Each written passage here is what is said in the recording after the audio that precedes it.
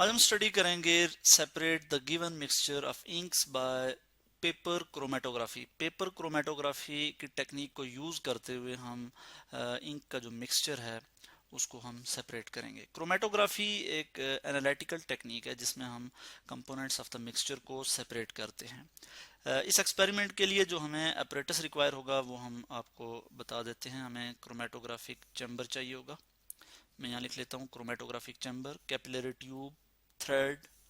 ठीक हो गया। मैं यहाँ पे ये भी लिख लेता हूँ। इसी तरह से वटमैन, फिल्टर पेपर, स्ट्रिप चाहिए होगी, ये भी मैं यहाँ पे लिख लेता हूँ। स्केल, पेंसिल, वॉच ग्लास, ये चीज़ें भी हमें चाहिए होंगी, तो मैं यहाँ पे ये भी लिख लूँगा स्केल एंड पेंसिल, और उसके अलावा वॉच ग्लास भी हमें चाहिए होगी। तो ये हमारे पास अपरेटस आ जाएगा, ये अपरेटस हमें रिक्वायर होगा। अब हम अपरेटस भी देख लेंगे, मगर इससे पहले हम केमिकल्स की भी बात कर लेते हैं, और उसके बाद हम अपरेटस और केमिकल्स की तरफ जाएंगे और प्रोसीजर की तरफ जाएंगे। केमिकल्स हमें क्या रिक्वायर्ड होंगे, हमें इसके लिए सॉल्वेंट सिस्टम चाहिए होगा। हम कोई एक सॉल्वेंट भी यूज़ कर सकते हैं, अल्कोहल या वाटर यूज़ कर सकते हैं, या फिर मिक्सचर ऑफ सॉल्वेंट्स हम यूज़ कर सकते हैं। बट इस केस में हम मिक्सचर ऑफ सॉल्वेंट्स यूज़ करेंगे। हम आइसोप्रोपाइल अल्कोहल और वाटर का जो मिक्सचर है इसे हम यूज़ करेंगे एज सॉल्वेंट, हम इसे यूज़ करेंगे। और हमारे पास जो मिक्सचर होगा जिसको हमने सेपरेट करना है, जिसके कंपोनेंट्स को हमने सेपरेट करना है, वो क्या होगा, इंक्स होंगी। तो इंक्स कौन सी इंक्स होंगी जी, हमारे पास इस केस में रेड और ब्लू इंक्स होंगी। इनका हमारे पास मिक्सचर होगा, ये हम यहाँ पे लिख लेते हैं। अब हम इसका प्रोसीजर देखेंगे कि लैब में हम इस एक्सपेरिमेंट को किस तरह से परफॉर्म करते हैं। तो उसके लिए मैं आपको लैब में ले जाऊंगा। तो यहाँ पे हम देख लेते हैं, हमें क्या चाहिए जी, क्रोमेटोग्राफिक चैम्बर चाहिए था। जो हमें मटेरियल रिक्वायर्ड है वो हम देख सकते हैं। इसमें हमारे पास सॉल्वेंट होगा, और सॉल्वेंट में हमारे पास क्या होगा जी, मिक्सचर ऑफ सॉल्वेंट होगा, यानी आइसोप्रोपाइल अल्कोहल प्लस वाटर का मिक्सचर होगा। इसमें वॉच ग्लास होगी, वटमैन क्रोमेटोग्राफिक फिल्टर पेपर जो है उसकी स्ट्रिप हमारे पास होगी। इसके अलावा हमारे पास मिक्सचर होगा इंक्स का, ठीक है, ये भी वॉच क्लास में मौजूद है। और हमारे पास थ्रेड होगी, ठीक है, और इसके अलावा स्केल होगा और पेंसिल होगी। ये मटेरियल हमें रिक्वायर्ड होगा, और यही केमिकल्स हमें रिक्वायर्ड होंगे। यानी हमें मिक्सचर चाहिए होगा इंक्स का, रेड और ब्लू इंक, और सॉल्वेंट जो है जिसको हम क्रोमेटोग्राफिक चैम्बर में यूज़ करेंगे, ठीक है, वो भी हमारे पास आ गया। तो इसके बाद अब हम प्रोसीजर की तरफ चलेंगे। तो प्रोसीजर में हम क्या करेंगे, सबसे पहले फिल्टर पेपर लेंगे हम, और फिर फिल्टर पेपर पे हम जो है वो लाइन ड्रा करेंगे। बेस लाइन हम ड्रा करेंगे स्केल को यूज़ करते हुए, जैसा कि हम यहाँ पे कर रहे हैं। इस तरह से एक बेस लाइन ड्रा करेंगे, और फिर एक लाइन यहाँ पे भी हम ड्रा कर सकते हैं, ठीक है।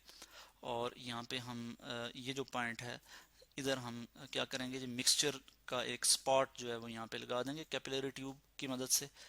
ये हमने यहाँ पे स्पॉट जो है यहाँ पे लगा लिया। तो इस तरह से आप देख सकते हैं कि यहाँ पे हमने ये जो बेस लाइन है यहाँ पे हमने स्पॉट जो है वो लगा लिया। अब हम क्या करेंगे जी, थ्रेड के साथ जो है वो उसको बांध देंगे, और इसको लिड के साथ लगा के हम इसको क्रोमेटोग्राफिक चैम्बर में हम और कुछ इस तरह से जो है हम इसको अटैच करेंगे कि जो बेस लाइन है वहाँ तक सॉल्वेंट जो है वो मतलब वहाँ तक डिप नहीं होना चाहिए फिल्टर पेपर, ठीक है, बल्कि उससे नीचे ही जो है वो सॉल्वेंट हो, ठीक है। उसके बाद हम इसको ऊपर से बंद कर देते हैं, ताकि इसकी जो इंटरनल एटमॉस्फेयर है वो बराबर रहे, और जो सॉल्वेंट है वो इवेपोरेट ना हो, और सॉल्वेंट जो है वो इजीली यहाँ पे ट्रेवल कर सके फिल्टर पेपर से। और इस केस में जो हमारे पास सॉल्वेंट है ये मोबाइल फेज है, और जो स्टेशनरी फेज है वो हमारे पास क्या है जी, ये वटमैन क्रोमेटोग्राफिक फिल्टर पेपर है। अब हम देख लेंगे कि यहाँ पे क्या होगा। इस तरह से जब हम इसको यहाँ पे रख लेंगे, इसको सेट कर लेंगे अपरेटस, तो उसके बाद यहाँ से सॉल्वेंट ट्रेवल करना शुरू होगा, ठीक है। सॉल्वेंट अब मूव कर रहा है, ठीक है जी। मोबाइल फेज जो है अब यहाँ पे मूव कर रहा है, और यहाँ से कंपोनेंट्स ऑफ द मिक्सचर जो है दे विल बी सेपरेटेड, वो सेपरेट होंगे। आहिस्ता आहिस्ता आप देख रहे हैं कि रेड इंक का जो स्पॉट है वो अलग हो रहा है ब्लू से, और आखिरकार आप देख सकते हैं कि यहाँ पे जो है कंप्लीट सेपरेशन हो गई है। और इस पॉइंट पे हम इसको जो है वो रिमूव कर लेंगे, यानी इसको हटा देंगे, इसमें से चैम्बर में से निकाल लेंगे इस फिल्टर पेपर को, और इसको निकाल के फिर हम क्या करेंगे जी, इसको ड्राई करेंगे, और उसके बाद यहाँ पे हम जो है वो लाइन लगाएंगे, जो फाइनल ड्राइड हमारे पास फिल्टर पेपर होता है उसे हम क्रोमेटोग्राम कहते हैं। ठीक है, अब लाइन किस तरह से लगाएंगे कि यहाँ पे हम आप देख सकते हैं कि जहाँ तक जो सॉल्वेंट ने ट्रेवल किया है उसको हम सॉल्वेंट फ्रंट कहते हैं, और यहाँ पे हम लाइन लगा के उसको मेंशन कर लेते हैं। ये हमारे पास इस पॉइंट को हम कहते हैं सॉल्वेंट फ्रंट, जहाँ तक सॉल्वेंट ने ट्रेवल किया। उसके बाद फिर हम यहाँ पे जो स्पॉट हैं इनको मेंशन करते हैं। ठीक है, यहाँ पे इसके सेंटर में हम सेंटर से लाइन लगा लेते हैं, जो रेड स्पॉट है इसके सेंटर से भी हम लाइन लगा लेंगे, और यहाँ पे फिर हम ये जो दो लाइंस हैं इनको हम कंबाइन कर लेंगे। तो यहाँ पे हम जब इसको ये लाइन ड्रा कर लेंगे और इससे हमारे पास आर एफ वैल्यू आ जाएगी। आर एफ वैल्यू क्या है ये मैं आपको यहाँ पे बता देता हूँ। यहाँ पे लिखा हुआ R F is equal to distance traveled by component from the original line divided by distance traveled by the solvent from the original line। तो RF एक्चुअली होता क्या है, RF जो है that is the distance traveled relative to the solvent, this is actually the RF value। ठीक है, जैसा कि हम पहले भी देख चुके हैं कि हमने लाइन लगा के जो है वो मेंशन कर लिया था, हमने फिल्टर पेपर पे लाइन ड्रा करके ये मेंशन कर लिया था कि सॉल्वेंट ने कितना डिस्टेंस ट्रैवल किया है और सोल्यूट ने यानी कंपोनेंट्स ऑफ द मिक्सचर जो थे उन्होंने कितना डिस्टेंस ट्रैवल किया है, वो हमने जो है वो मेंशन कर लिया था। इस चीज़ को हम कैलकुलेट भी करके देख लेते हैं। अब हम यहाँ पे फर्ज किया, यहाँ पे आर एफ वैल्यू अगर फाइंड करना चाहें, R F is equal to, हम यहाँ पे अगर कहते हैं जी कि distance travelled by the component, और कंपोनेंट ने जो है वो डिस्टेंस फर्ज किया 9.6 cm कवर किया है, 9.6 सेंटीमीटर अगर कंपोनेंट ने डिस्टेंस कवर किया है, और divide by distance travel by the solvent, solvent ने यानी बेस लाइन से लेके सॉल्वेंट फ्रंट तक जो है अगर 12 सेंटीमीटर डिस्टेंस जो है वो ट्रेवल किया है, तो इसको हम डिवाइड करेंगे तो हमारे पास आंसर आ जाएगा 0.8। ठीक है जी, जो 0.8 है ये हमारे पास आर एफ वैल्यू है, यानी distance travelled relative to the solvent, इस चीज़ को हम आर एफ वैल्यू कहते हैं।